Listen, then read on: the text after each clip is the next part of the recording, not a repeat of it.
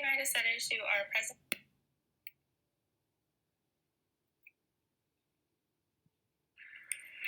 Hello, Kaylee and Ida Setters do our presentation about trauma within the VAST collection.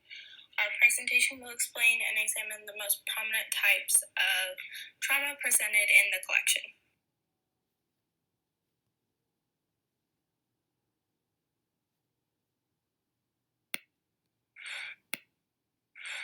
The VAST collection is one of the largest research facilities in the U.S. with over 1,800 individuals. Some of the more important reasons we have this facility is the vast amount of research that we do. This research helps many fields of forensic science and helps us understand the different elements of trauma that we can apply to the skeleton and help us understand different types of decomposition and variation.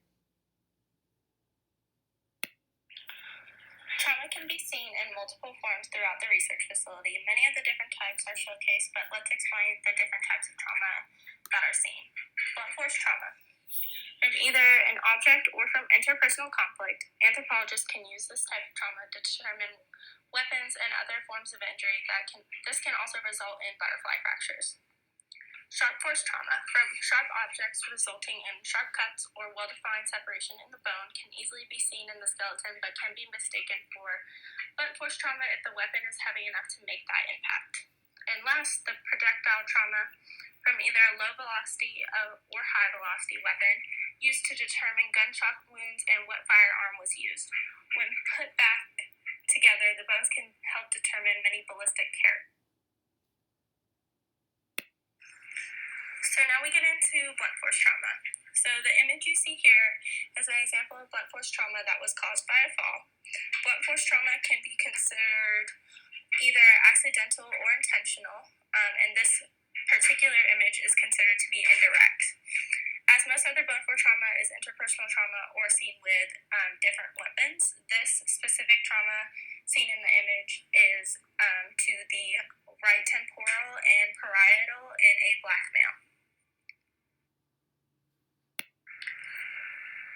So there are many different types of fractures seen through the collection, and in this image, this is seen from a stress fracture from a vertical jump. A lot of stress fractures are caused by a vertical jump or fall that put pressure on the vertebral column, causing it to break. Specifically in this case, this was a vertebral fracture in a black man that is showcased in the VAST collection. Most of these fractures are typically found from people jumping off high places and can also be seen in the ankle or legs.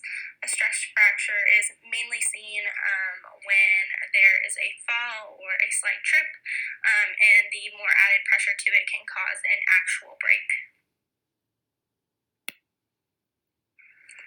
So there are multiple types of fractures that can be seen in the VAST collection. The types of fractures shown in these slides are depressed fractures, oblique, and comminuted fractures. These are just a few of the many types that are presented in the VAST collection.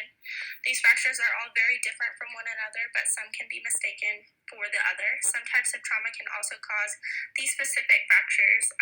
For example, blunt force trauma can cause a butterfly fracture. In the image on the left, you can see a depressed fracture in the frontal of the skull. In the top right image, you can see an oblique fracture of the femur, and in the bottom right, you can see a healed comminuted fracture of the proximal humerus. Butterfly fractures are a type of blunt force trauma that are in their own kind of category. They are common in pedestrian vehicle accidents and are caused by compression on the side of the bone where impact occurs and tension on the other side of the bone. This results in a triangular piece being cut out. As stated before, sharp force trauma is caused by tools with sharp edges such as knives, saws, scissors, cleavers, axes, etc. The wounds can be categorized into stab wounds, cut wounds, or defense wounds.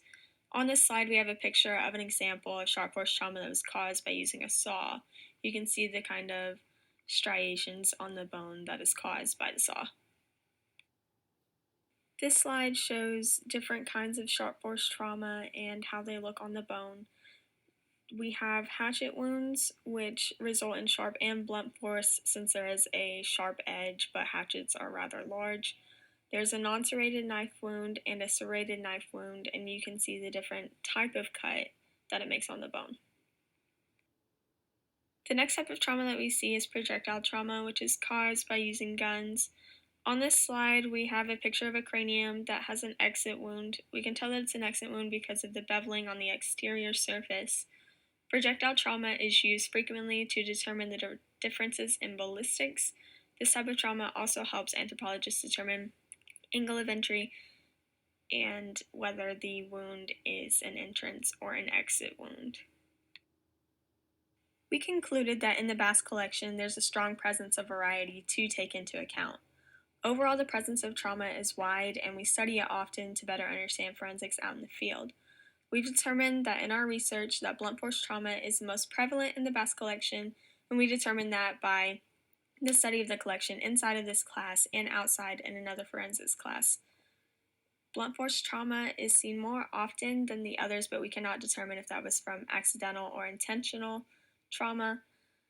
We also have not seen the whole collection, we have just seen a small amount of it.